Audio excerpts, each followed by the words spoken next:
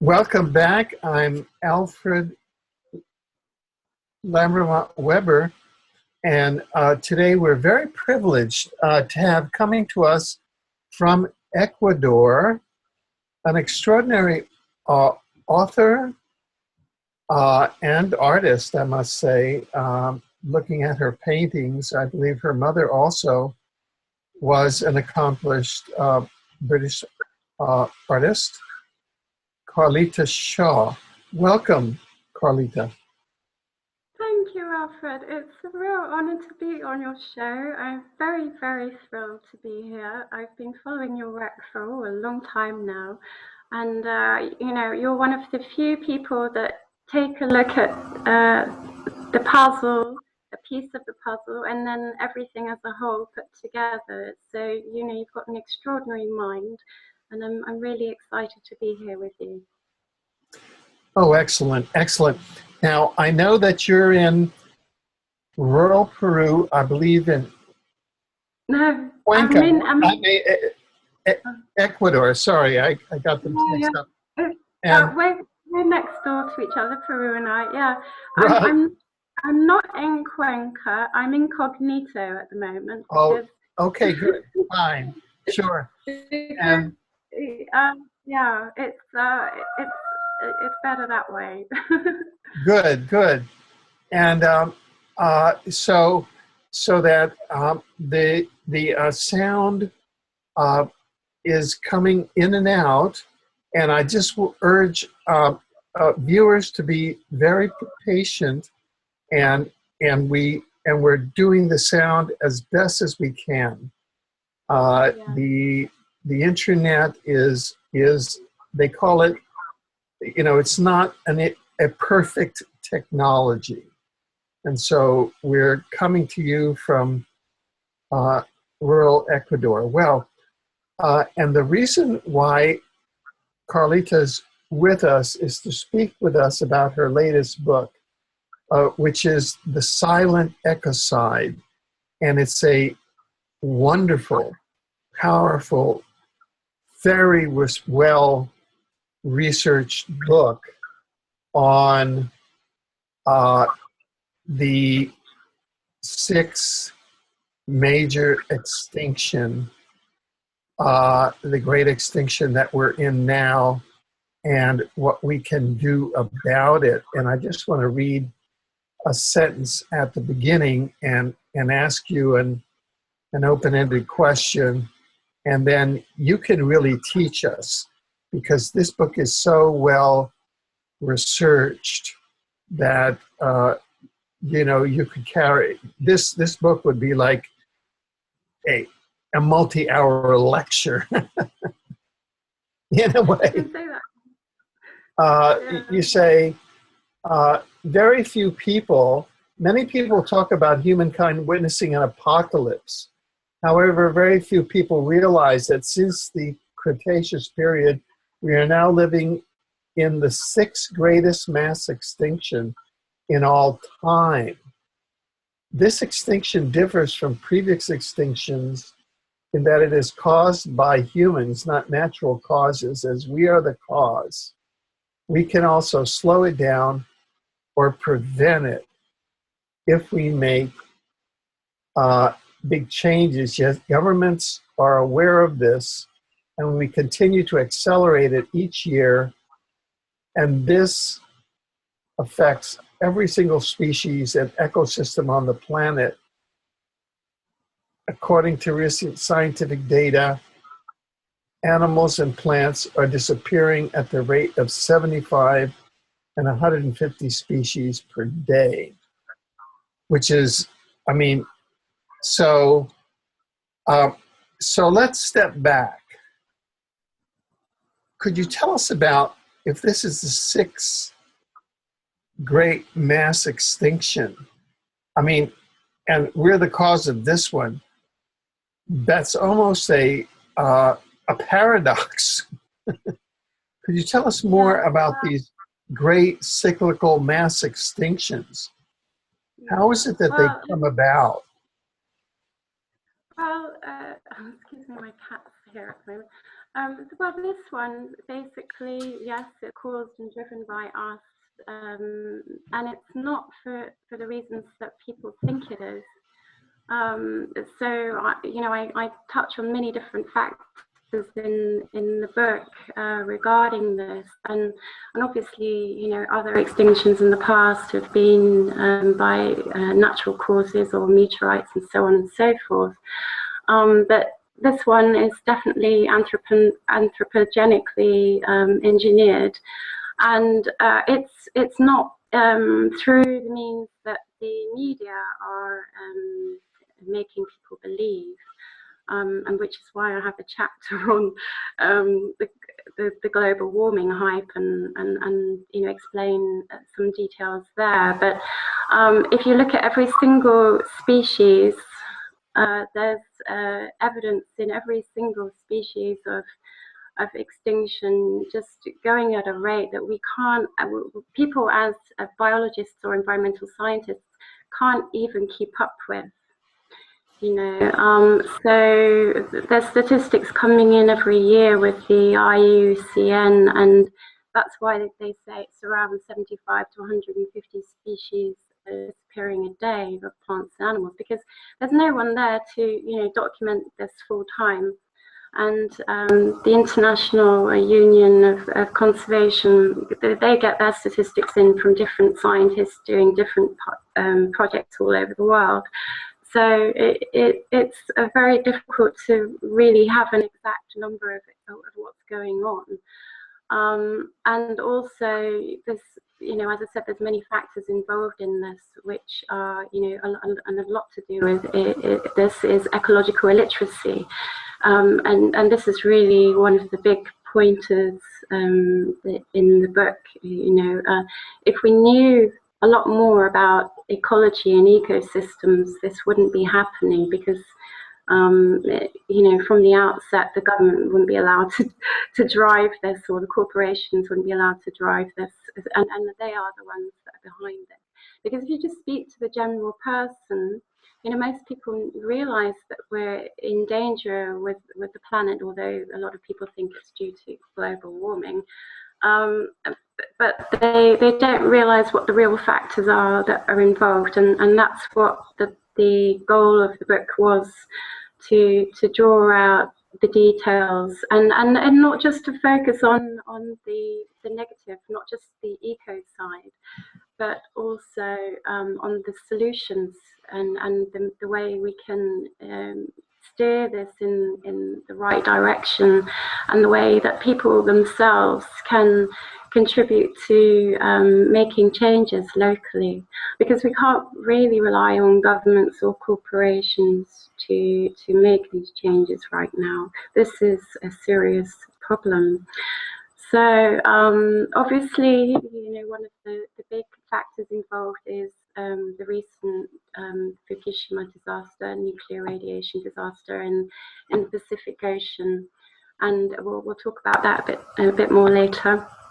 And the other aspects of this are the very large contributor to this is geoengineering. And Ecocide, which is driven by oil and mineral companies mining in areas such as the Amazon rainforest and other wildernesses. And the ecosystem collapse due to the geoengineering, because many species are affected by that. Although it was very hard in my book to avoid going into detail in different areas, because I will have to keep it very general, because I wanted to also make room for the solutions, which are really important for people to read about and learn about, because if they knew about the solutions, there'd be more questions as to why is this happening. So just to run through a few statistics here. Because I've got my notes in front of me, I've got a lot to talk about. We've basically got thousands of fish dying in mass, and especially in the Pacific right now. It's just dreadful. Fish and wildlife, about 4,000 seal pups have died over the last 3 years. And that's due to, obviously, the Fukushima nuclear radiation disaster. I know you've focused on Fukushima before, so your listeners will be aware of that. And then ecosystem collapse in general, you've got key ecosystems collapsing, not just the oceans, but the rainforests as well. Excuse me. So, this as well, the fact is that we've got these habitats being destroyed is a major factor in species extinction, because if you've got a habitat that's being destroyed, you have no other species to live or regenerate. But just going through the general statistics again, we've got, from Fukushima, about 66% of fish affected, or even more so, and this is similar statistics to the Gulf oil disaster as well. And then around 5,000 marine animals affected by this. And then also, people don't realize that we're overfishing the oceans at the moment. And the oceans are extremely important ecosystems, because they are, in fact, the lungs of the earth. And people refer to the forests as the lungs of the earth, but it's the oceans that are the lungs of the earth. And this is another reason why we should be very concerned for the radiation fallout with Fukushima. The oceans contain about 7,000 different species of algae, and most of which live in the oceans and produce about 330 billion tons of oxygen per year. So the oceans contribute to about 71% of the 70% of the ocean that we need to survive, and the forests produce about 20%. Obviously, the ocean covers more of the Earth's surface, so that's why it produces more oxygen with the microbes and algae involved. So again, that's why we need to really take a lot more care of the oceans than we do.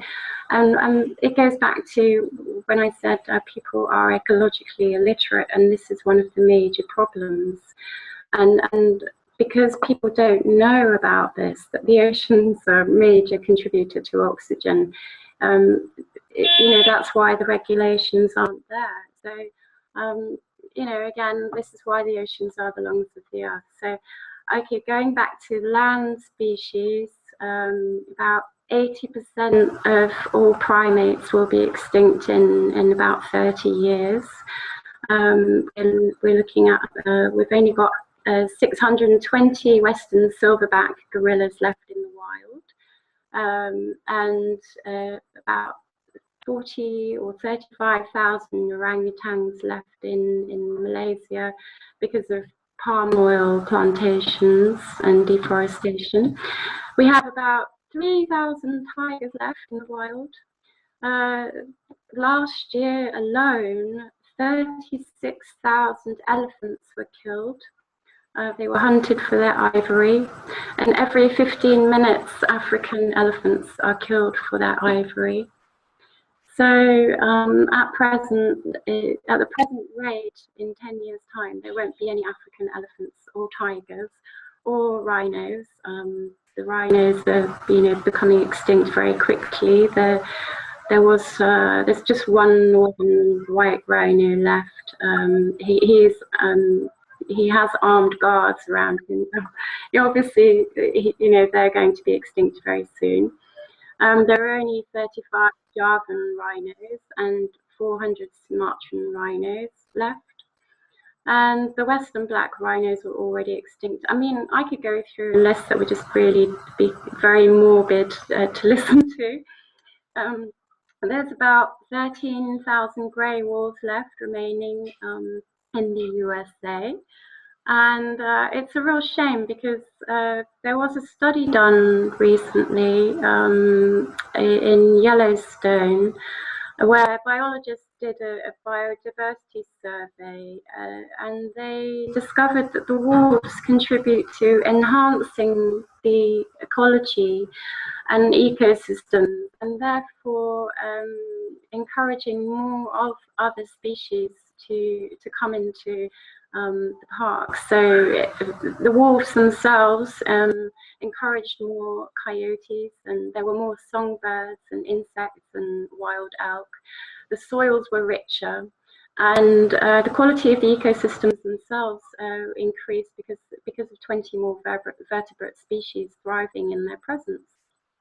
So again, another factor that demonstrates that people are generally very ecologically illiterate, and if we knew more about ecosystems, this wouldn't be happening. There are only about 20,000 blue whales left, and about 55 Maui dolphin species, which are critically endangered. Then you've got the Indus-Ganges River dolphin, the Baja dolphin, and all of these are highly endangered. And then we go on to amphibians. They're very, very sensitive biologically. They're good bioindicators for biologists to see if there's any environmental pollution, because there's some of these species that are first affected because they breathe through their skin as a secondary respiratory system. So they're highly vulnerable to toxins entering their skin and killing them off. So about 41% of amphibian species have already become extinct. And this is an alarm bell because, as I said, they're a very good bioindicator that the ecosystems of the world are collapsing. They're in collapse. So other numbers that are coming in, so they're not the statistics now, they're the statistics of yesterday. The statistics now will be a lot more. So we've got 25% of mammal species, almost 15% of birds, 33% of coral reefs, and many more tree and plant species. Yeah. So that's kind of the rundown of why we are in the sixth greatest mass extinction. Those are the clues as to what's happening here, and these clues point towards ecosystem collapse. Now, I'm sure many of your listeners will notice this, but I remember about 20 years ago, if I went for a walk in a forest, I could hear all the songbirds. I could hear many songbirds. But today, when you go into the forest, you don't really hear them. You don't hear so many. Have you noticed that around where you are? Yes, and we've all been along with the disappearance of specific species like bees. It's all a great source of concern. A lot of people are saying, well, that's the effect of radiation, the intentional intervention through Fukushima, through atmospheric testing. Yeah, it's partly that. I mean, actually, probably half and all of these, as you say, atmospheric testing is involved. But I personally think that it's a lot to do with geoengineering. Geoengineering. Yeah, I think so, because these nanoparticles, the nanoparticles released from geoengineering, say just one plane, I think can spray out 10,000 tons in one day. I don't know if that's correct because I'm not an expert, but I have friends who campaign on this stuff. And the nanoparticles, as people may be familiar with, are aluminium, and they contain barium and strontium, and other toxic chemicals, such as arsenic and mercury. And some people, like Dane Wigington, he is an expert on this because he ran a company for solar energy, and he was discovering that over 20% of our sun is being blocked out, and the question was why, and that led to the whole geoengineering issue. So I think bees are particularly affected because the particles have been traced on flowers and the flowers that they pollinate, and also because if the nanoparticles get into their bodies and into their brain systems, their nervous systems, they're unable to navigate their way back home to the hive. So their natural inbuilt navigation systems are affected as well. And I think these nanoparticles are affecting every single species from plant to animal. And because of the denial, it becomes a slow ecocide. And the only people involved in monitoring this are the citizen scientists. I will say that some of my better friends are those people who are in the geoengineering campaign, because as an ecologist or an environmental biologist, I'm one of the few people that will openly consider the geoengineering and other factors involved that other environmental scientists may not look at. Maybe it's because I'm an independent campaigner or ecologist, and I don't rely on anyone else for my paycheck. That's probably why I'm also poor. But this is a factor probably, and I can't talk to other environmental campaigners about this. They or ecologists or professional environmental biologists, especially people who are in the university system. Because they're afraid to talk about it. Right, right. Yeah. Yeah. In fact, in your second chapter, I noticed when you go, your second chapter is entitled, quote, "Making Money Out of Hot Air Carbon Trading." And so it's, you go into global warming, but you do it from a geoengineering point of view. So you're one of those ecologists and environmentalists who really bridge into reality and say, look, this sixth extinction, geoengineering is what's driving a large part of the sixth extinction in terms of just looking at the global warming. Could you talk about that aspect of it as well? Yeah, I would have liked to have delved a lot deeper into geoengineering, but because in this book I really just scratched the surface with it, because as I said, I had so many factors to cover. Right. Because we're talking about the whole world's extinction, and there are many other factors involved. And I say right now, and that it's, I think it's a major contributor, but I don't go into great depth as I would have liked in the book.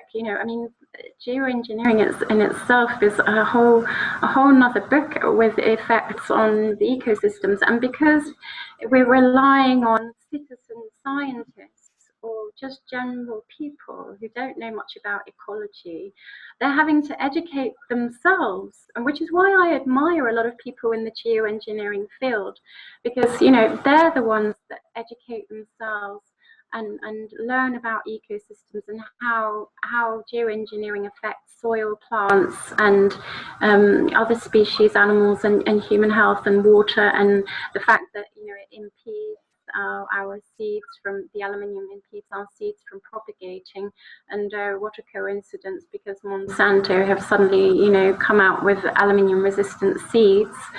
So, you know, all of these factors are, it could be a whole nother book in itself, but I would have liked to have touched more deeply on it. And yes, as I said, that's, you know, one of the things, that's one of the reasons why I don't have any other environmental scientists as my best friends, because, you know, I openly talk about these things and I take them very seriously. I just want to go back to that chapter and say that, you know, one of the other issues that people do not know about, and it regards one of the solutions regarding carbon emissions. I mean, I have my own scope on all of this because, you know, I have researched and looked into it and looked at all the different factors involved, and I look at all of the empirical data and not the theoretical data, which is what a lot of the global climate models predict and use, and those are the ones that the politicians tend to use.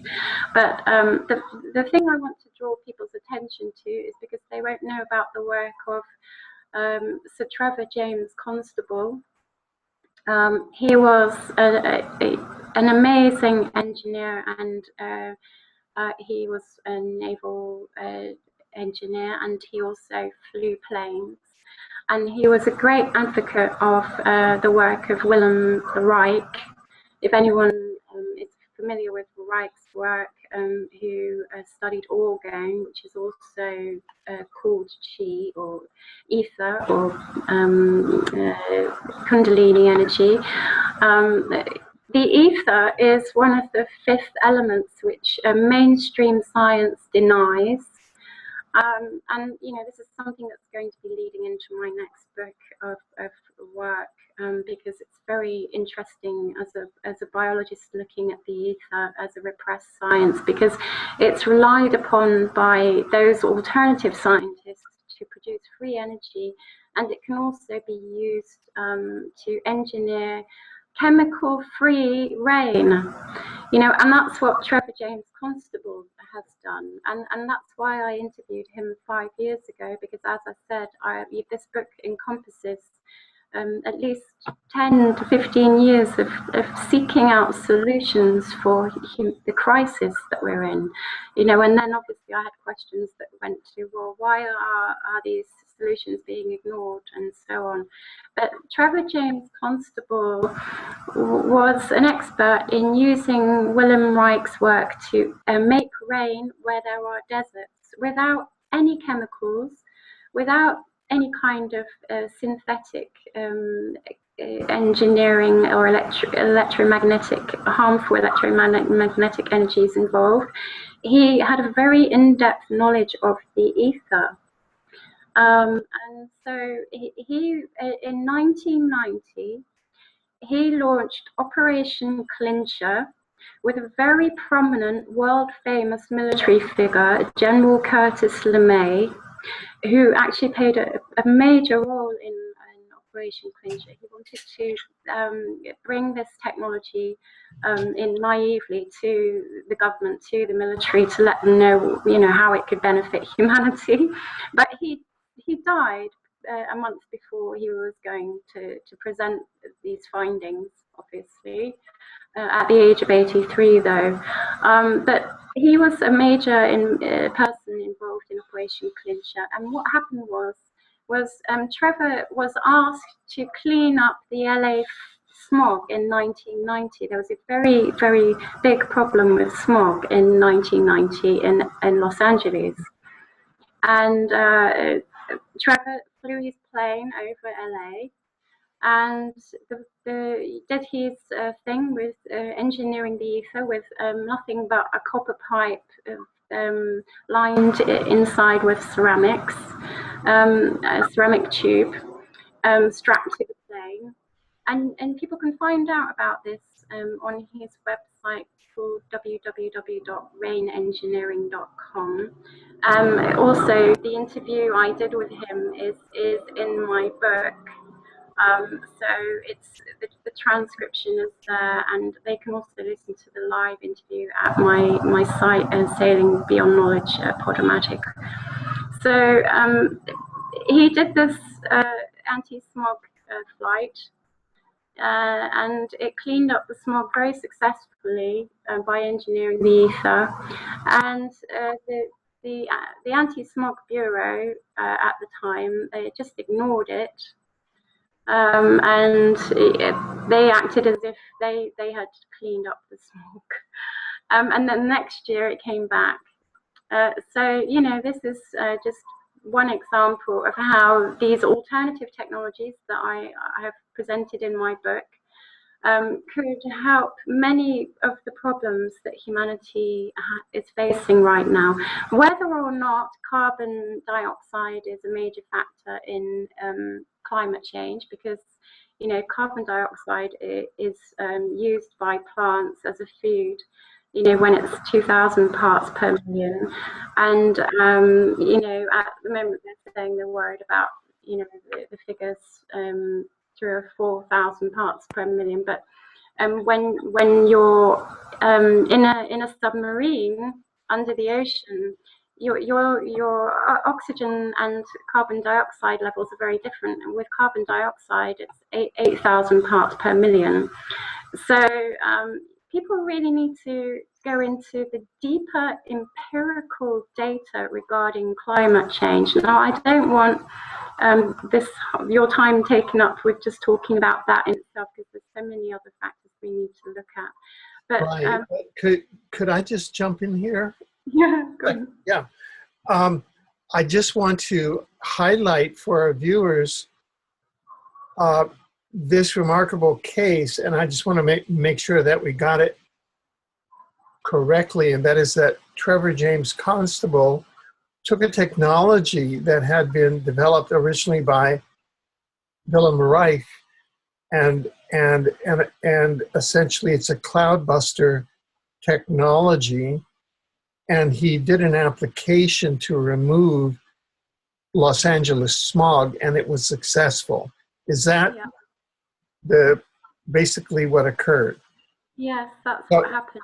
Yeah, so this is an example of the successful environmental technologies to improve air quality that are available, that are very simple, and that are readily available, that improve human health.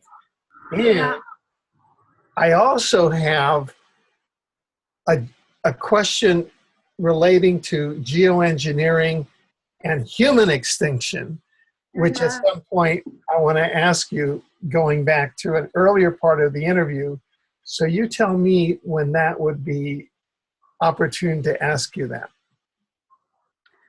Well, I mean, I think human extinction is something that's pretty likely following ecosystem collapse. I mean, I'm not a doctor as in human health biologist, but I personally think that the effects of these nanoparticles has a terrible effect on people's health.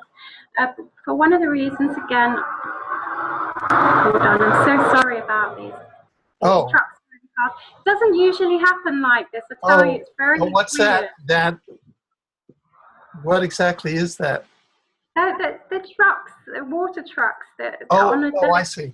road, and they very rarely have this interference. So I'm so sorry. Okay, fine. You know, just it is. Okay. It is what it is. Yeah. So one of the things that I do know about regarding human health and these nanoparticles is a lot more people are becoming or displaying effects of autoimmune attack. So the system is, your biological system is attacking itself. your immune system is attacking itself, and that's because these tiny little particles get caught in very delicate tissues in the body, in the organs we breathe in. They could end up in the brain and cause a brain lesion, which leads to autoimmune attack, or somewhere else, another organ in the body, and you're basically constantly on. Your immune system is constantly exhausted through that, and I know a lot of people talk about a rise in autism and gluten allergies and pollen allergies and all of that. But they're also breathing in these nanoparticles and on these chemicals that we don't know what they are, and you can feel the effects on the back of your throat, that horrible chemically tasting. I was back in Berlin a few years ago in Europe, and just for a visit, and I really could tell the difference, because here in Ecuador there isn't so much. We do have it here, but it's not as heavy. It's only heavy in the areas where you've got cities, and actually I have seen it in the Amazon over different parts of where there's indigenous people, which proves that it is an attack on people themselves and their the ecosystems as well. So in that respect, I can't give you any estimate regarding human extinction, other than we really do need to stop doing what we're doing to the planet now. And that can't happen because we're being governed by oil barons, which are also one of the biggest drivers of ecocide. That part we haven't actually touched upon yet, but that's one of the major factors involved as well. And I think the reason why people are so distracted by the debate on global warming, because the climate has been changing for 450,000 years longer. The Vostok ice cores, all the information is there in my book. People can read it with an open mind and make their own conclusions, but the fact is this is just a sideline of distraction, and it's also an excuse for bankers to make a fortune, governments to make a fortune, because when climate, the whole GW hype came out in 1994, so that's when Goldman Sachs realized they could make a lot of money from it. So they brought in carbon trading, which has done nothing to cap emissions anyway. And it's just been a great excuse for the elite to line their pockets with $15 trillion. So that's just one of the examples why that's an agenda, and also because then they can say, when we complain about geoengineering, that they're calling the planet, they're saving the planet, when actually they're just killing us all and killing the trees and the bees. And then the soil is affected by the whole geoengineering thing, and seeds don't propagate. But the thing also is CO2 can be sequestered into soil and rocks, and or there are other issues involved. But the other agenda with geoengineering, with carbon and global warming, is it's to tighten control over the world's water resources, which we're already seeing with regards to California and other places, even though fracking companies can use 100,000 tons of water in California to frack. So, those are just some of the things, but the major concern in my opinion, because I'm also an environmental biologist that sees great value in free energy, and that's one of the reasons why I'm so passionate about free energy, because I see the value in it stopping ecocide, and it can stop ecocide if it wasn't repressed. But you know, because governments, well, because oil companies make about $50 million an hour just from oil alone, they're not going to let free energy come onto the market to dominate the market, or up until now they've been repressing it. And you know, there's proof on the internet, anyone can look up, you know, around 600,000 patents for free energy devices have been ignored. So that's one of the reasons why I think people's energy is being taken away by the whole global warming debate. You know, and all we see on the news or in the newspapers are things about climate change and global warming and the earth is going to fry that way. Well, actually, we're still in trouble, but it's due to, you know, geoengineering and oil companies that are gobbling up the ecosystems of the planet, and good environmental activists and scientists are having their energy taken away and distracted by this issue, when they could be putting their energy and their campaigning efforts and all their hard work and free time into putting pressure on governments to make free energy a reality, you know, and really pressuring them in that way. Because until other environmental scientists acknowledge that free energy exists and it's not a conspiracy, we're always, well, we're not always, we don't have very long as it is, you know.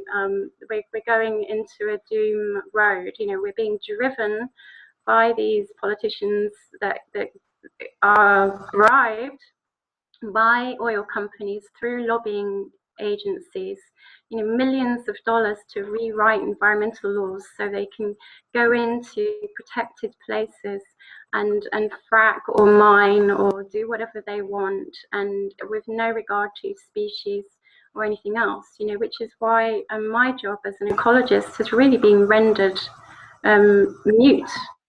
You know, what can I do? There's nothing I can do. All I can do now is write about this, you know, and try and bring some awareness with regards to ecological literacy. But you know, my biggest concern, as I said, is that a lot of really good people and intelligent people, environmental scientists and biologists and activists in general, who care about the earth, whatever they believe regarding climate change, they really need to right now be putting their energy into pressurizing governments on bringing out these alternative energy systems. Or more successfully, I think, more likely to get results is just for us to build our community networks and focus on doing this incognito ourselves, you know, out of the way, out of sight, within our communities. Because, you know, I'm a bit cynical regarding, you know, putting pressure on governments, but we need to let them know that we know that, you know, this is something that exists, and then they're not acknowledging it. Right, right. So could you begin to talk about the role of, you touch on so many things. You have a whole chapter, for example, on the Amazon rainforest and the tremendous landmass that it covers and the function that it has on the planet. As you know, some people call it the lungs of the planet. I think it's 20% of the landmass. And maybe just telling us about the importance of the Amazon rainforest. And yet, in the first chapter, you say it may not even be there in 20 or 30 years. Could you just talk to us about that? Yeah, I will. I mean, the reason why I'm in Ecuador is because I started projects here with a tribe called the Shiriar tribe in the Amazon. They're based close. Their territory is based close to the Peru border, and you can only access their site via a small Apache plane, an hour and a half flight into the territory. And I've been in contact with people from that tribe for a long time, and I've been wanting to work with them for a long time. And when I got here in 2011, things changed quite rapidly. When I did get the opportunity to go right into the territory, which is it's very difficult because it's quite expensive on these small planes. It's like $500 each way, which is ridiculous. So it's hard to do any conservation work in those terms. When I was in there, I was working with a French biologist, and we just so happened to be there when a military helicopter came in August 2012, and they landed uninvited. And my heart went up to my mouth because I just knew why they were there. And they said they were mapping the area. And I asked them what they were mapping the area for. Was it for oil? And they said, no, it's just never been properly mapped before. Well, of course, we got the answer a few months later that it was definitely for oil. And it was actually that month, in August 2012, that the president here decided to break his promise of keeping the oil in the ground. Now, a lot of people will be familiar with the problems in the Amazon here in Ecuador through the Chevron Texaco case that you can find details about on Amazon Watch. There's more stories and updates there. But, the Amazon itself is just an incredible place. It covers a small portion of the planet, about 5% of the Earth, but it contains about 50% of the world's plant and animal species. And there are over 60,000 plant species, and probably thousands more which haven't been named or discovered. The same with insects and everything else. And only 3% of those plant species have been studied for medicinal properties. We know that there's a lot of cancer cures in the Amazon, and that's one of the reasons. So before European settlers came to the Brazilian part of the Amazon, the indigenous people numbered around 10 million across the Amazon basin, and obviously that declined, and now there's just in the Brazilian part there's about maybe less than 3 or 2 million, probably less than that now, because these statistics are a few years old, and recently the last 5 years have been very intensive just in Brazil, with the Lambremont dam issue. But here in Ecuador, going back to when I was in the Amazon, deep in the Amazon in 2012, back then Korea had officially declared that he's opening up 800,000 acres of primary rainforest for oil drilling. And that's Yasuni protected territory, Yasuni National Park, which is being noted worldwide for its biodiversity, and also uncontacted tribes. Several uncontacted tribes live there. So it's a real incredible place, and unfortunately things are getting worse now, especially for environmental activists like me. I'm risking everything just talking about it. It's really silly because last year a Shuar activist, Jose Tendeza, was tortured and murdered just because he wanted to go to the Peru climate talks in December last year, when the Peru climate talks were there in, I think, the beginning of December. He wanted to go and talk about the mining problem in Ecuador, because mining contributes to a great deal of the ecocide that's unfolding here. And when that happened, when he was discovered dead, it was quite clearly the work of officials. The government doesn't want to be embarrassed. And also Yasunidos, a wonderful resistance group, were heading for the climate talks, but they had their bus confiscated. They had been traveling all the way through South America from Mexico, and they'd not had any problems until they got to Ecuador. Some of the team of Yasunidos, and Yasunidos are based in Ecuador, they were told that they can't go any further because they didn't have the right driving license, but that wasn't true. That was the official story. So just talking about it publicly like this is dangerous for environmental protesters. So I'm kind of a bit nervous about talking about it, to be honest with you. People should read the book, but to find out more details. But it's the reason why my work is now mute. I've put things on hold because, in my opinion,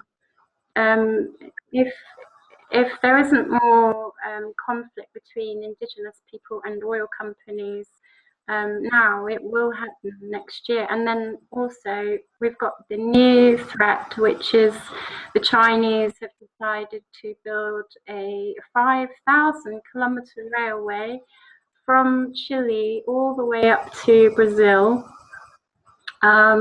which is going to plow through vast areas of primary rainforest and the territories of these uncontacted tribes. And obviously this will spell the end, decimation for these people, because they're not immune to the viruses and diseases that we are, and being displaced will be a great shock for them to be contacted. So the thing that's really driving all of this as well is a world debt. This is something I want to move on with you, if that's okay, to highlight one of the solutions I looked at, which was ecological economics. Right. Now, have to your knowledge, have the Chinese taken any position to the preservation of the rainforest? No, they're just interested in exploiting it. Basically, Ecuador owes about 14 or 15 million dollars to China, and Brazil owes a lot more. So pretty much these countries are in China's pockets, so to speak. And as we know, America is too, because America owes something like 15 to 18 trillion dollars to China, right? This is why I was looking at ecological economics, because if a country like the USA, or here Ecuador, could have every single ecosystem evaluated by experts in ecological economics. Well, we've got to look at the word economy for a start.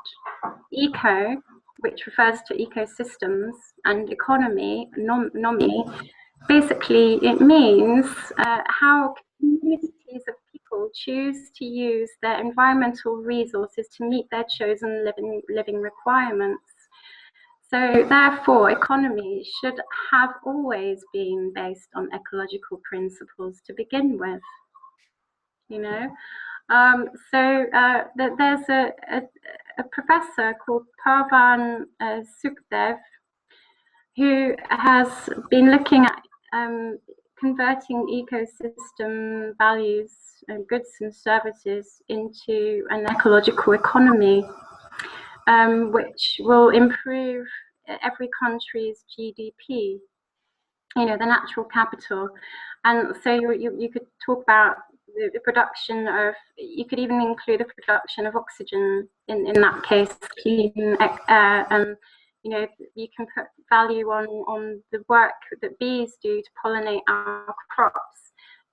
You can put value on the kind of soil that that particular country has in different areas, the richness of the soil, because you know, soil is highly important for everybody. You know, we wouldn't be able to eat if we didn't have a good soil.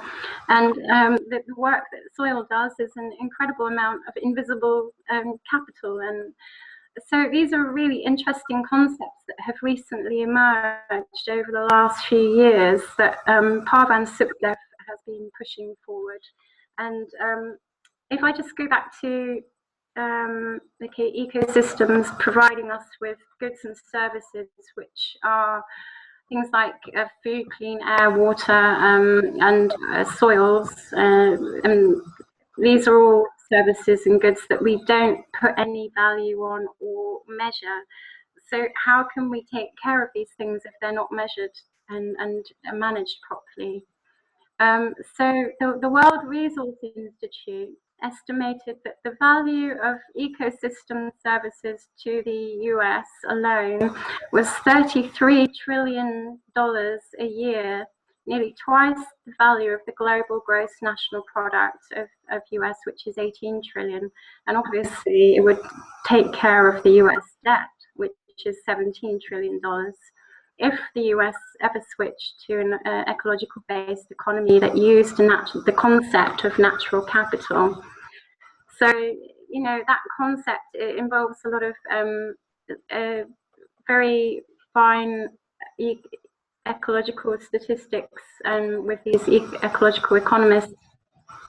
I'm not a mathematician myself, but, you know, hypothetically, the value of ecosystems that exist in a local area could regenerate the local economy and increase the wealth of a country that, you know, is previously classed as a poor country.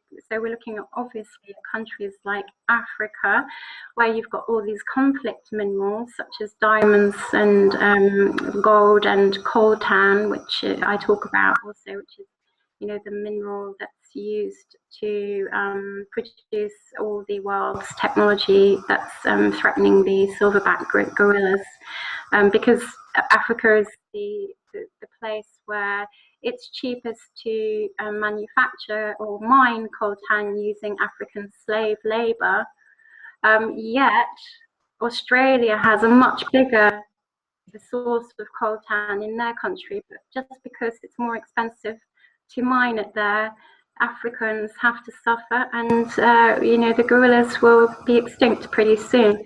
So, you know, if Africa in itself, anyway, had all of its natural capital converted, it would probably be the richest country in the world. You know, so this is just one of the concepts that, you know, as I present as or look at as a solution that we could use to move over from this destructive paradigm to a more sustainable one, which, you know, involved putting value on nature, and, you know, people would respect nature a lot more. I mean, if you said to me, if you proposed this idea to me 10 years ago, I probably would have thought it would be a bad idea, because, you know, there are some implications involved. But in the current situation, because we are being driven by an oil-based economy, which is driving ecocide, it's one of the major contributing driving forces, along with geoengineering. You know, we have to shift to something else. We have to, and I think natural capital and ecological economics in that respect holds a key answer for many countries, and will get us out of these countries out of severe debt. You know, and also bring the power back to local communities, because they can manage their own natural resources and enjoy the capital that those resources generate from the goods and services that they're generating, which other people or other countries would be paying for to use. Right. So, that's just one Yeah. of my solutions that I. Sure. Sure. And I can affirm that because in parts of the country here in Canada, where the local First Nations or Aboriginals are being awarded the mineral rights through treaties or reaffirmed their local mineral rights through treaties, then they are in the process now of revaluing their community values. I mean, it's not the full scale sort of resource-based accounting that you're advocating, which I think is fantastic. But at least you have the indigenous who have been there for, as they say, time immemorial, who are the owners of the land and of the resources from time immemorial, and then who are really the stewards of the land, and they're the ones who are administering these minerals in a sound ecological way, with a natural based accounting. So it's beginning to happen as within a treaty process. I'm not saying that it's perfect here, but at all. But I'm just saying that there's glimmerings of it here, and so I can I can understand exactly what you're saying and what you're proposing as a system, which I believe is a correct organic system for the planet. That's just my comment on that. No, it's very, very encouraging to hear that. Thank you. Yeah, there are. It's being noted by the West and Western people finally that Indigenous people are the best conservationists. And the reason being, they're extremely in tune with their ancestral land. They have a inbuilt library of the history of that land, the cycles, the ecological cycles, the weather systems, and everything, the resources. They are the people that should be managing their land and their wildernesses.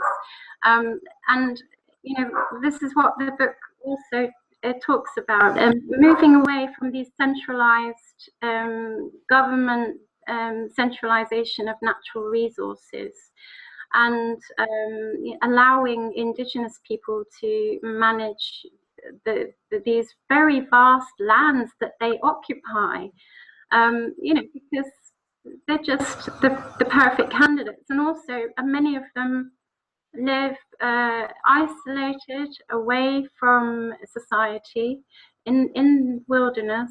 They still use hunting and gathering techniques, and they don't use money as much as we do, or some hardly at all. I mean, obviously, in places like the Amazon rainforest, there are a lot of tribes that hardly ever have anything to do with money, and they still live that way. And in the West, it's a concept that's so alien to us, but there's people in this world that exist still today, and they have never used money, and the Indigenous people are those people. And that's also one of the reasons why they make the most trusted and valued conservationists, because they are not money motivated.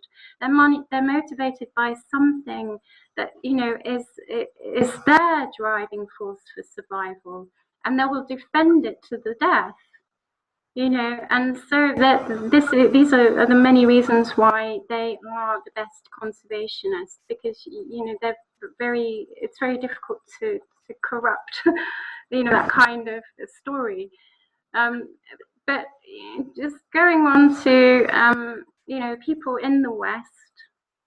Yeah, as part of what I touch on in the book, I talk about in the last 3 or 4 chapters about ecological ignorance, and one of my favorite people who's also an ecologist is David Orr, and he also highlights, that lack of knowledge of the environment is, driving ecocide, and it's not, in my opinion, it's not accidental.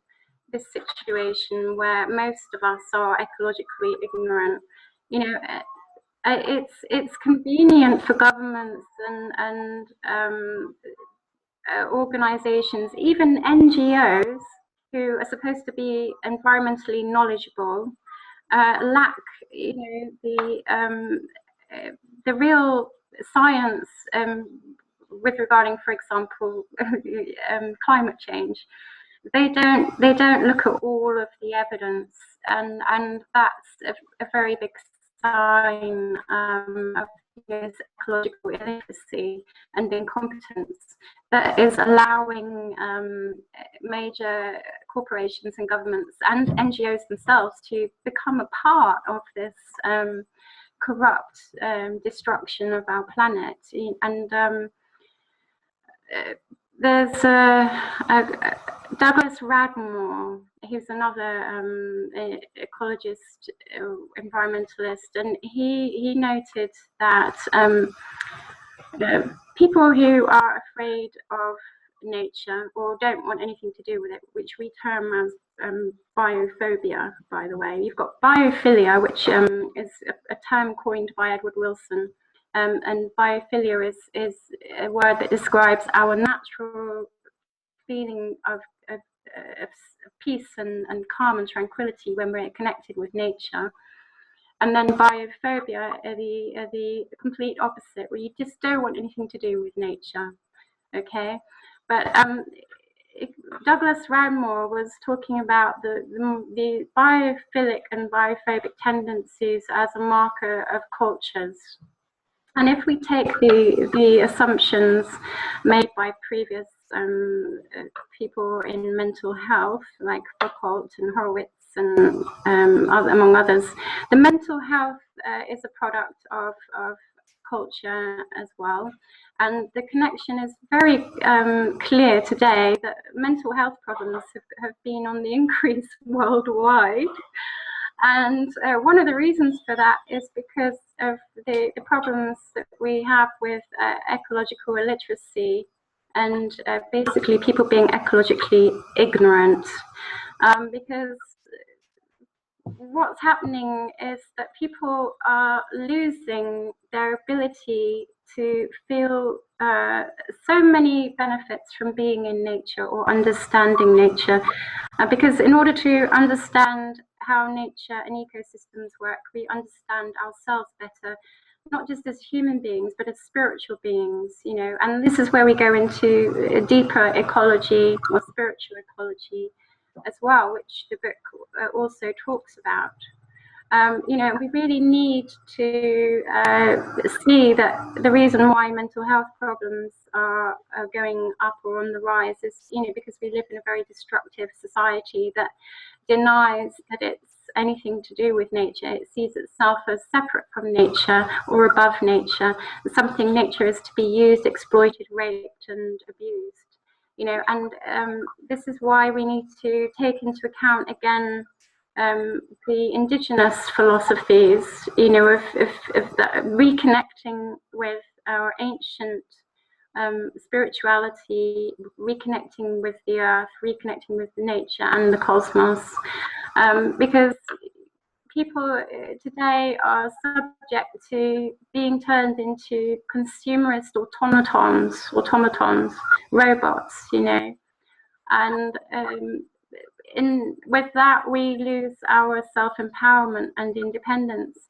If we go back to nature, we can learn how to grow our own food again, and therefore, we are not affected in the same way, or we are not so much as slaves to the current machine, So at the moment, you're seeing a lot of people who've lost their feelings of self-worth, with the loss of being able to contribute to local communities or tribes in that way, you know, with growing food or contributing in some way to managing local resources, or you know, some of these ceremonies and festivals that were involved with celebrating nature in local communities that we've totally forgotten about. You know, so all of these things are part of the human feelings, self-worth, for, you know, a field or something like that. You know, that's just a silly example, but you know, most of all, we've become very empty and bored, and constantly seek fulfillment and stimulus in the West. And obviously, you know, the capitalism just loves that, because it's a great way for us to stay distracted from the biggest issue here, which is causing and driving ecocide. So while they're distracting us with, you know, all of this awful garbage that people call culture, you know, the earth is being destroyed while, you know, somebody is answering a message on Facebook, you know, and even the most privileged people among us are suffering from severe depression right now, you know, and this again is a result of everything that's happening. It's very overwhelming if you are aware. You know, I often say to people who are not environmental scientists, you know, that being an environmental biologist is like being a psychologist who's had almost 20 years of suicidal patients. And, you know, at some point it affects you when you're reading the bad news, or, you know, the investigations and the research that you do brings up these terrible stories, you know, of catastrophe and ecocide and species extinction every day. You need a break from it, you know, and unfortunately, that's how it's affected me. It's driven my health into the ground, and you know, that's one of the reasons why I wanted to focus again on writing and ecological awareness, and bringing what I know, including the solutions, across to people, because I think it's very empowering, you know, for people to know these things. And there's so much more in the book. Obviously, we don't have time to discuss with regards to the solutions, but you know, it's just one of the things. Yeah, no, but I'd like to get to some of the solutions, and in fact, you have a number of chapters talking about alternative energies and the perspective of one particular free energy inventor, Sir John Roy Robert Searle. And I wondered if you could lead us through some of those solutions. Yeah, I mean, I won't talk for Sir John Searle himself, but the interview I did with him was extremely inspiring and informative and fascinating. The chapter that leads up to that chapter before is a good founding chapter for people who have absolutely no idea of, you know, what free energy is, or they think it's some kind of exotic form of energy that doesn't really exist, or they don't know how to key into it. Well, this goes back to what I touched on earlier regarding the ether, you know, the repressed science, the fifth element, because there's different forms of ether, and one of those forms produces electricity. You know, this is why we have thunder and lightning. And, you know, this is one of the things that Trevor James Constable noted when he was performing his rain engineering experiments over Malaysia. He would always notice the thunderstorms that would follow. But, you know, the ether, we're basically existing in a sea of energy. And just like, you know, wireless internet, we can tap into free energy. And most people are taught that you can't take anything out of the system more than what you put in. Well, this is not the case. And this is what Patrick Kelly talks about in the, you know, the first introduction to free energy. most of these devices that people have come up with constantly prove, that what we're taught in mainstream science and schools regarding the laws of conservation of energy are not exactly how it goes. And half of the story has been taken out, as per usual. There's always half the story is taken out. So you cannot take more out of the system than you put into the system. It's the general consensus of mainstream knowledge regarding physics, but this is not true. You can take more out of the system than you can put into the system. And there are many, many ways of doing this, not just the solar power and wind power. There are ways of using the ether, or coming up with other forms of energy using other materials like magnets and leverage and batteries that can self-charge, or water. Hermann Clausen was a German scientist, and he showed how simple it is that you can pull energy out of the air or ether with an aerial, and that can have an output of about a kilowatt or so. So that's just a very basic example. And obviously Tesla did the same thing. He would put up big towers and draw in that energy that comes from the unseen ether. And Patrick Kelly does a wonderful job of going through many free energy scientists that do this in so many different ways. It's just mind-boggling. And so, that's a fantastic basis for people who want to learn more about that. And obviously, Wilhelm Reich and Tesla were major people there. And other people that people should research are Rudolf Steiner and Gunther Wasmuth, because he talks about the value of the ether in that way. So there are, at the end of every chapter, there's a lot of references to other scientific books and resources that people can use to educate themselves on all of this stuff. But going back to one of the reasons why free energy is really important, again, is because our planet is being turned into a nuclear time bomb. And obviously, we're just dealing with a very small fragment of that from just one nuclear power station. With Fukushima, but the US alone consumes about 25% of the world's nuclear power, and is only around, I think, 5% of the world's population. I might be right or wrong with that. So the amount of nuclear waste produced per person is around 40 grams per year, and that's an incredible amount. And there are about 438 nuclear power stations on the planet right now, but I think about 380 of those are functioning. It might be more. And so each one is generating 3,000 tons of nuclear waste per year. And this means that altogether, that every year, the human race is generating 1,314,000 tons of nuclear waste globally. So, and it can cost about $20 billion to build a nuclear waste repository just for one of those, amounts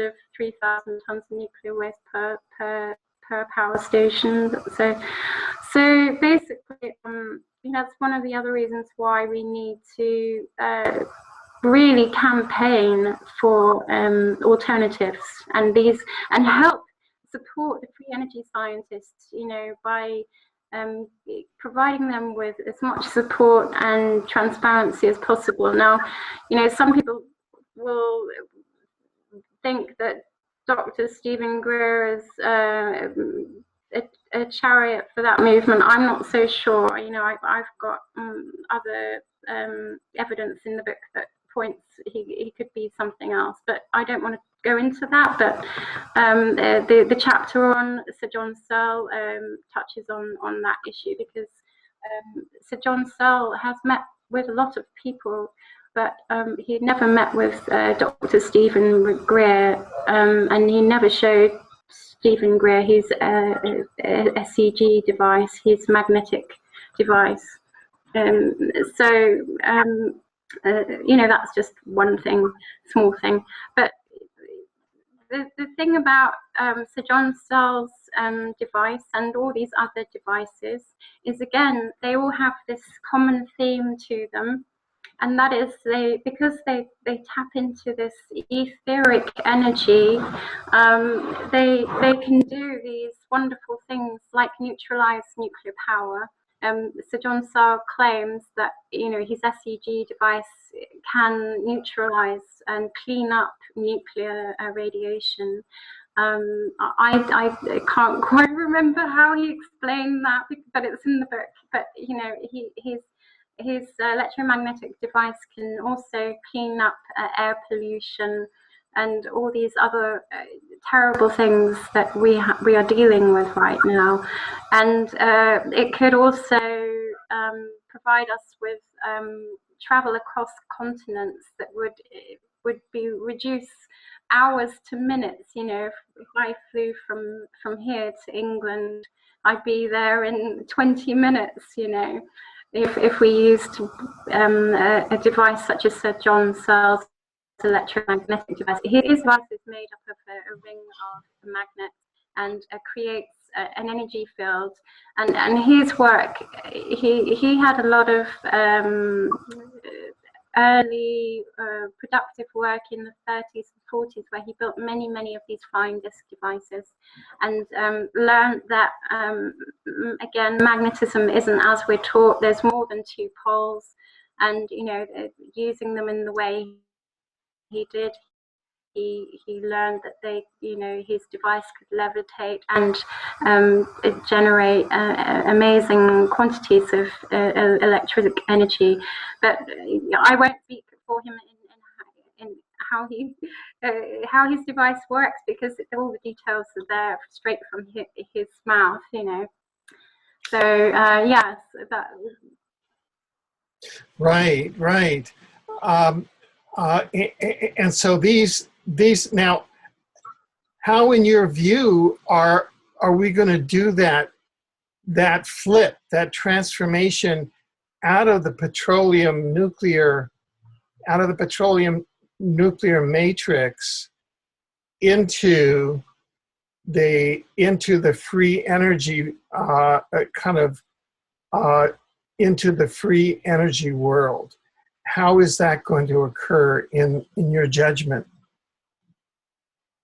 Well, it's so true when people say that free energy requires a huge shift in human consciousness. So first of all, that's one of the major factors involved. And it's because, you know, we are uncovering a repressed science here, a science and technology that was used by our early ancestors and ancient civilizations. They knew how to tap into the ether and create energy on levels we just can't even imagine. And you know, so we've forgotten about all of that, and we need to go back to it. And that requires, again, as I said, a shift in consciousness. But it's not something that's going to happen instantly overnight, and it will happen though, very slowly. But it is happening already. I mean, I personally know places where devices are being used, and they also being used in communities that are self-sufficient, or I know people who are completely on their own using such devices.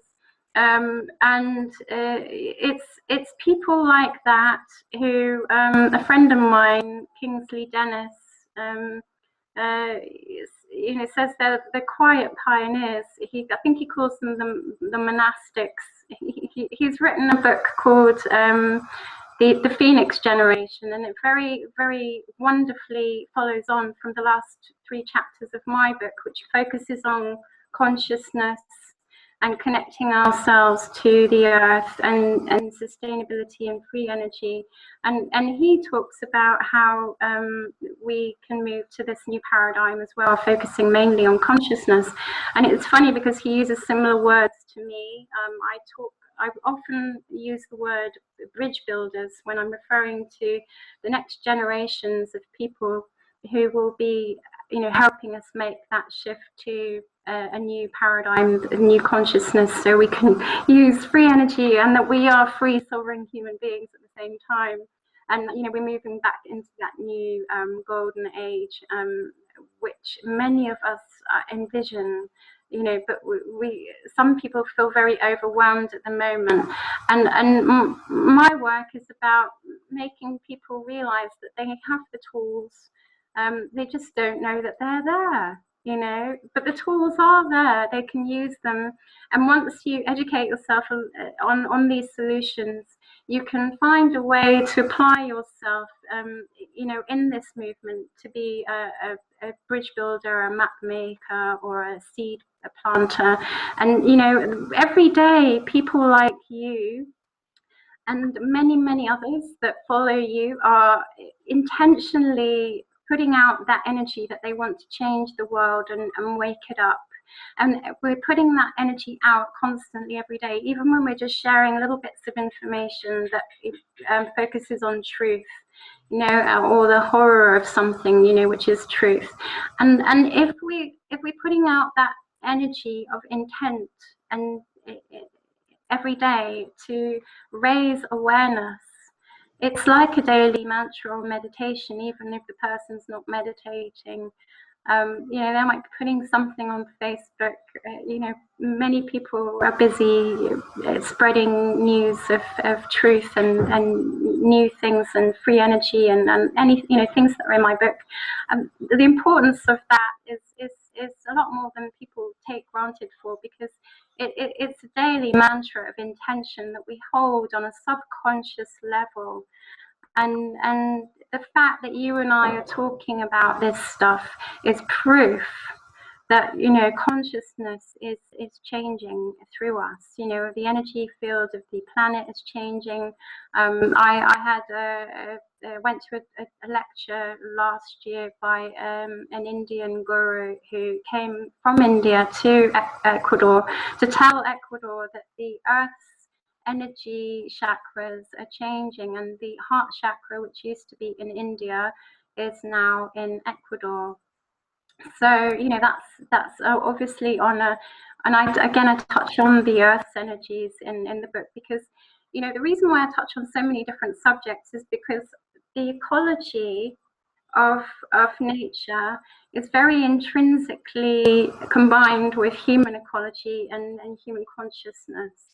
And it's a huge elaborate woven story, and we need to reconnect with nature in a way that we become empowered, and we can't rely on governments or lawmakers to do this alone. We have to do it in our communities.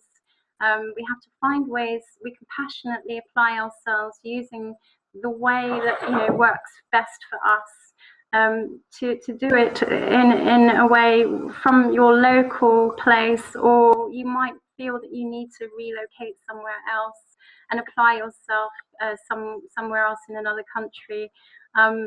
But the fact is, please, people, I mean, I've been so despaired and depressed over the years, but the fact is things are shifting and changing. And, coming from someone like me, that's a really big thing to say, because, I've been so terribly heartbroken over the state of what's happening to Earth. But I have, recently have met some incredible people that I feel are just proof that this is happening, and it's just so obvious to me now, that we embody that. And I do tell people that I still feel like my work here is done. It's up to humanity. where they take this course. But I think the best part of humanity are those that are going to be taking us into a new world, and we need to be conscious that and this is a lot to do with your work, and this is why I have a great respect for your work, because you talk about the positive timeline again. We need to realize that we have to use our imagination, our intentions for a healthier vision, for a healthier, more balanced planet. That has so much power and energy in itself, and if people can just have faith in that alone, that also helps so much. Because people's imaginations and minds have been governed by, the oligarchy, and the power of our imagination and the power of consciousness itself is so strong, and we just need to tap into it in a way that we can understand it and utilize it. Right, thank you. Now, I would like to begin to help bring your work and your thought to a wider audience in North America, in other parts of the world who may not be familiar with it. And I was wondering, how can people follow up and access your work, say, online? Are there websites or other outlets? Yeah, thank you so much for asking, Alfred. There's a number of websites. Well, there's a website for the book first, which is www.thesilenticocide.com. I've also set up a page on Facebook called The Silent Ecocide for the book. There's also ecology projects that I've had to put on hold because of the situation here in Ecuador, with the government being extremely violent to environmental activists like me. And like, for example, just talking about this puts me in danger. That's the situation here. So I had to suspend my projects, but I'm going to be bringing those out again, because one of the things I want to do is start getting support for a project we have, which is about building a 3-dimensional database for medicinal plants. Now, that's the reason why I'm spurred on to go back to that project I shelved a while ago, because we didn't have any funding for it. It's because there was a tribe here recently that published a book with 5,000 medicinal plants. Now, this is not a book. This is a database which can be accessed, and the person accessing knowledge on a plant, for example, say achote, which is a plant where people, the tribes use to paint their faces, or ayahuasca, something like that. They can access the database and look at the plant as if it's there in front of them 3-dimensionally, because we can scan the plant into a 3D scanner, and then have it presented with all its ecological data and how the indigenous people use it to treat illnesses or in rituals or ceremonies. And that's called the Shaman's Apprentice Project, or SAP for short. You can find details about that on my site, www.evolvetoecology.com. And then there's another project. Shall I say that website again? www.evolvetoecology.com.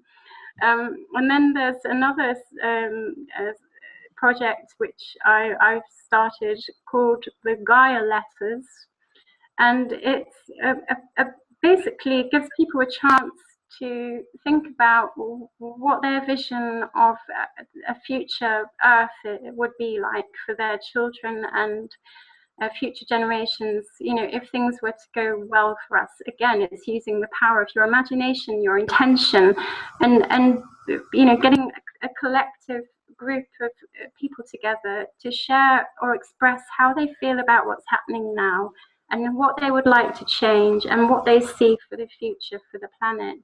So that's the Gaia Letters. But I have a friend who's also a writer called John London, and he sent me a link yesterday to a book that somebody else wrote, which is kind of similar. It was called The Global Voice, but it was full of letters from very prominent people, like the Dalai Lama and other people. But this is for the actual people. This is for everybody, and it's the goal of this is to get everyone expressing how they feel about what's happening now, and what they would like to change, and what solutions they themselves would like to present or be a part of in the future, or how they would like to see the earth preserved, in 100 years time or 50 years time from now.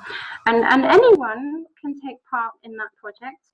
They can send me an email through the GaiaLetters@gmail.com, the and that's just something I felt I had to do as a positive continuation from the Silent Ecocide, because it was so depressing to write that book. Well, the first half of the book was depressing, but the second part is very uplifting and wonderful, because it focuses on solutions. But I'm doing a number of other things too, so people can follow what I'm doing from those sites. Yeah, well, we obviously at our news site will be featuring all of this, and you have a chapter on the environmentalists and ecologists in your area who have been tortured and murdered by the government for the simple reason that they're bringing up just the issues that these that the indigenous should be present at these conferences. I mean, just and present at the table. And so it's a source of great international concern that that people that environmentalists and ecologists are being under threat. And so we're going to be publicizing all of that, and we're going to be making sure that you have open access to our publications. We have one, ecologynews.com, and newsinsideout.com, at which you're welcome to provide us with ongoing news in this area, because it's extremely important that environmentalists and ecologists get their news out and are protected. Actually, that's a point I totally forgot about, because it's a chapter in my book. We are environmental protectors, not protesters. I actually have a website called Environmental Protection is Not a Crime, and I've been updating that site with all these related stories of environmentalists being murdered or tortured or put in prison. And it's in Brazil and in Peru. It's very noted, and obviously now Ecuador is following suit. And this is just another example of the corpocracy or the fascist imperialist corporism that we're being dominated by. And it needs to change, and there are good people again making those changes. There's the work of Polly Higgins, for example. You probably are familiar with her, although for some reason she didn't want to endorse my book. I praise her very highly, but I think there's some other issues going on there. But she's a great person with regards to pushing forward the ecocide laws against ecocide, rather, to put ecocide back on the Rome Statute, to make it a fifth crime against world peace. I mean, obviously it needs to be there, but it was taken off the Rome Statute. You probably know more about this than I do. Well, no, but tell us. No, just briefly, but her work is about making ecocide an acknowledgeable international crime, like genocide, because ecocide basically results in genocide. If we don't have nature, if we don't have healthy ecosystems, we start to die, and that's what we're seeing everywhere. So she submitted a draft of the law in 2010, and she brought the public attention to the Rome Statute and the statute of many countries involved that make up the International Criminal Court with the aim for a peace treaty against genocide and ecocide and human rights violations. But the ecocide was removed from the list in 1996, I think. So she's trying to get it back on there, and obviously, this goes back to the corruption that we're seeing in with DC and politicians being legally paid or bribed to rewrite environmental laws by these oil companies. Some of the biggest companies owned by Koch brothers, and a lot of these Zionist movements, own these huge oil companies. And it is a lot of the Zionists involved in this ecocide, because they're the people who have the power. So, that they bribe the politicians to make rewrite environmental laws or policies so that their oil company can go in to a site and frack the area or exploit it for oil, even if it was previously protected.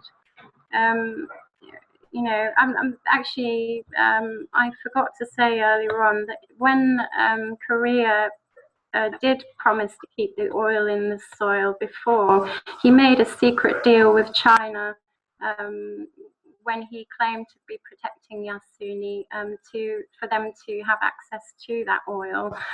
So, it's things like that that wouldn't happen if we had these restrictions on environmental law, because we need the restrictions for these super corporations, because they are now writing the laws. So, this is the main message of the book. The silent ecocide is happening, and it's going to get worse because we've got a corpocracy or imperialist corpocracy driving humanity to ecocide. And it's a highly serious problem. And people just don't realize the immensity of it. And if politicians are being bribed by these huge oil companies to make these decisions, we're just going to see a dead planet, in 20, 30 years' time. In 20, 30 years' time, we won't have any rainforest if we keep destroying it at the rate that we are. But there are other positive initiatives coming up, like Colombia has joined forces with other countries. Some parts of Brazil and Peru are going to join forces with Colombia to create a wildlife corridor for the Amazon. Ecuador doesn't seem to be interested, but that's something I would like to put pressure on and start to be active in next year. Depending on, we'll see what happens after this interview if I'm still here. But but so then there's other issues involved as well. So I'm really happy that you've got a page devoted to this issue, because we need it now more than ever. And you're somebody that is in touch with a lot more people than I am. Good. Well, we're beginning to come to the end of the segment, and I just wondered if there's some points or some issues that you have not mentioned yet that you'd like to bring to the attention of the viewers. Oh yes, there's a lot, and there's so much more in the book. And the book is a great opportunity for people to really open their eyes ecologically to what's happening with an environmental scientist that accepts the truths of geoengineering and free energy and Fukushima. But in my ultimate chapters, I talk about various things regarding the ecology of consciousness and how this ties in with the shifting consciousness and the cosmic consciousness, and it ties in with that, and that we need to each have a responsibility to expand our understanding of ourselves in relation to nature in the modern world. But we need to also re-accept the ancient indigenous beliefs that all life is sacred and intrinsically affects our own actions, and even our thoughts affect the environment. You know, and Masaru Emoto proved that with his studies on water. What more do we need? We've got proof with quantum physics and, you know, things we're discovering today regarding that. So only when we accept these ancient beliefs and educate ourselves with regards to nature, only then will we evolve and start living more ecologically with the earth. And we must begin to redefine our values as human beings, as part of a larger global community that is working towards change.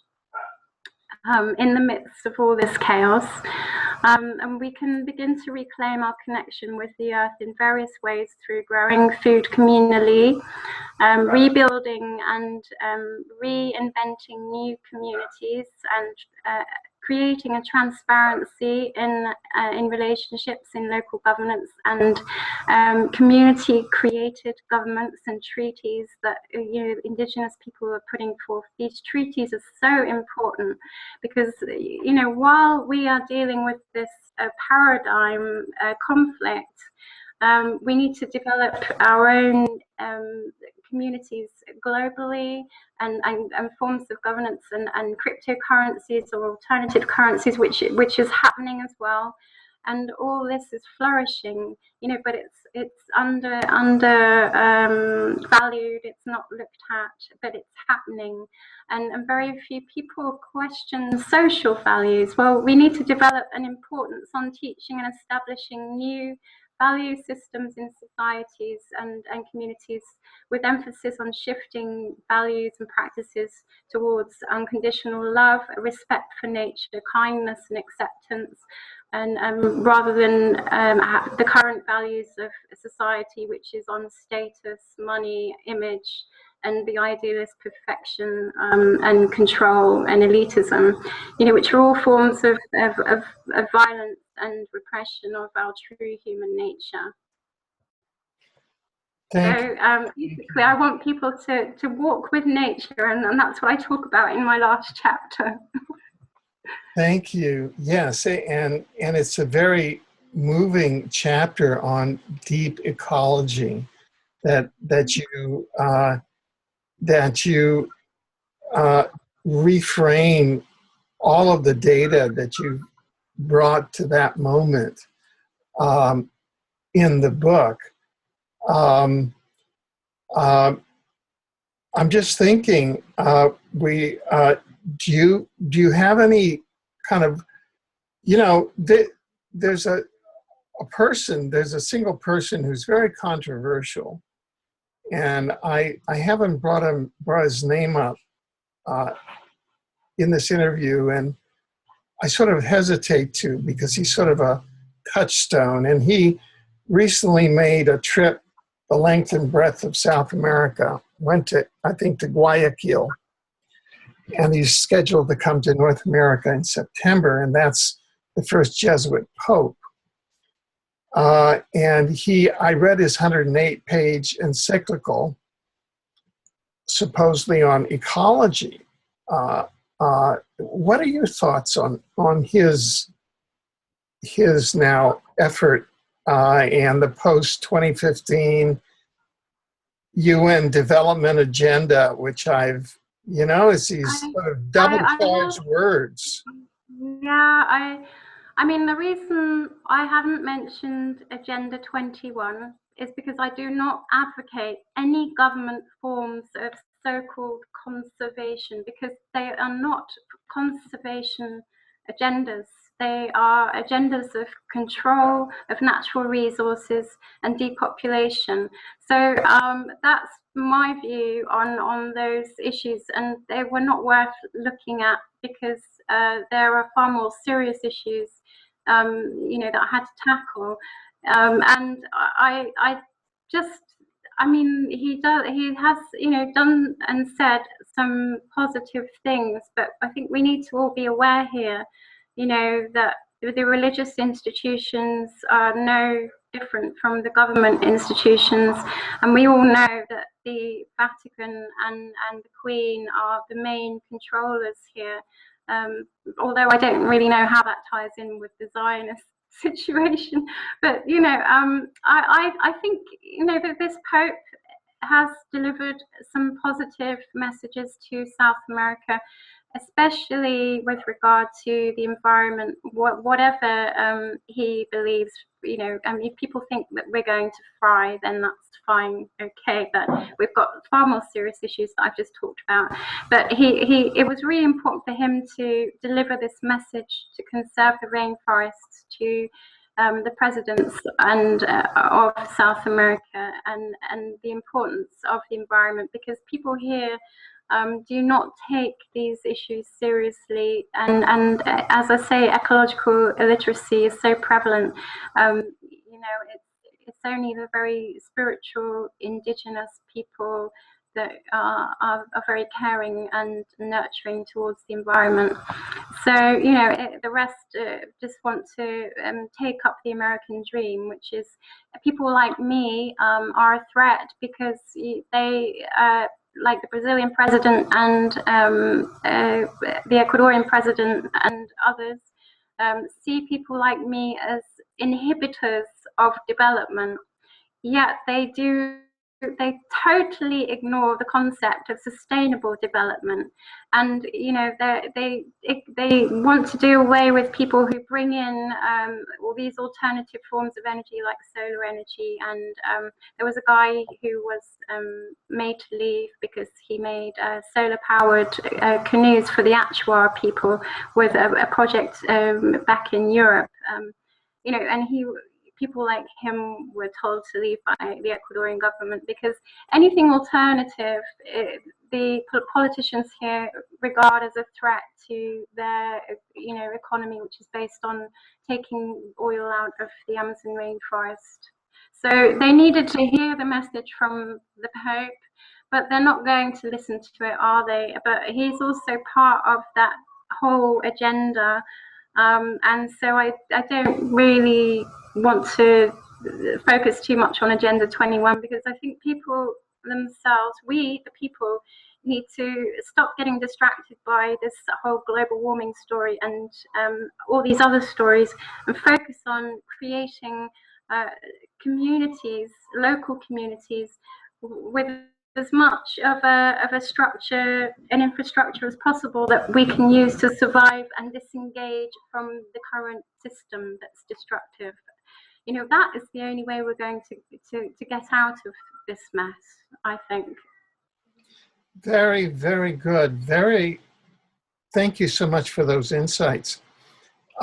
We really want to thank you, Carlita, for taking time out today, and also for your courageous work, for what you're doing. And we look forward to your joining us again in the future as events develop. As an international news agency, we're going to be following your work, because obviously part of our duty is to protect the safety of yourself and of other workers in the area, and we are concerned about that. So we really want to thank you for your work, and we look forward to your joining us again. Thank you so much, Alfred. I'm extremely honored to have had this time with you, and thank you for giving me your attention, and thank you to all your listeners for giving me their attention too. Thanks for caring, basically. Thank you. Thank you.